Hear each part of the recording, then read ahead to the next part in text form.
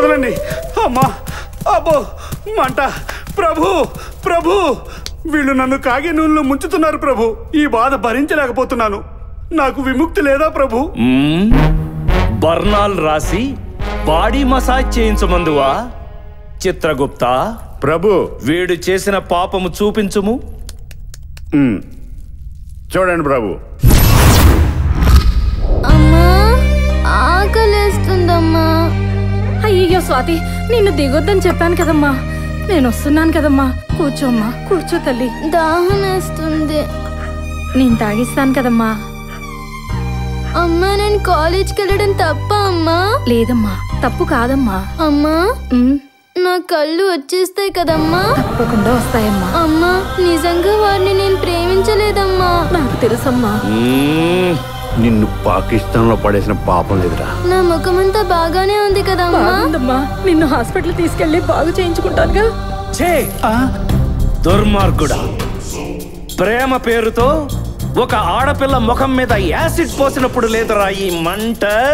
చిత్రగుప్త ప్రభు, వీడికి ఈ శిక్ష సరిపోదు. మన గోడౌన్ లో ఉన్న కారంలో కల్లా నెంబర్ 1 క్వాలిటీ కారాన్ని తెప్పించి వీడి వంటి నిండా పోయింది. ప్రభు, నేను తెలియక తప్పు చేశాను, నన్ను క్షమించండి ప్రభు.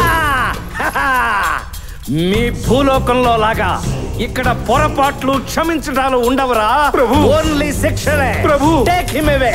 ప్రభు, నన్ను దయదాల్చండి ప్రభు.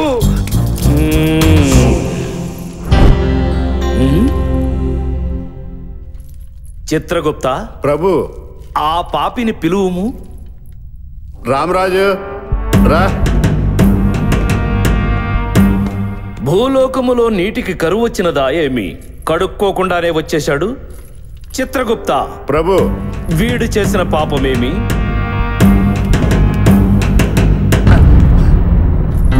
ఏమి ఏమైనది?